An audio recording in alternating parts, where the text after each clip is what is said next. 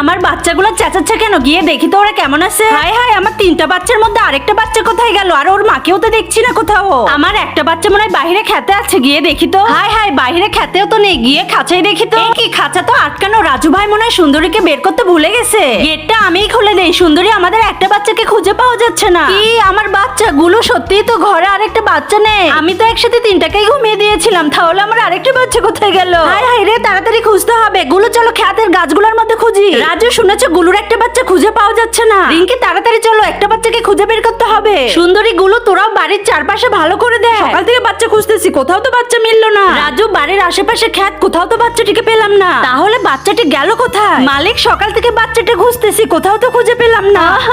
আমার বাচ্চা।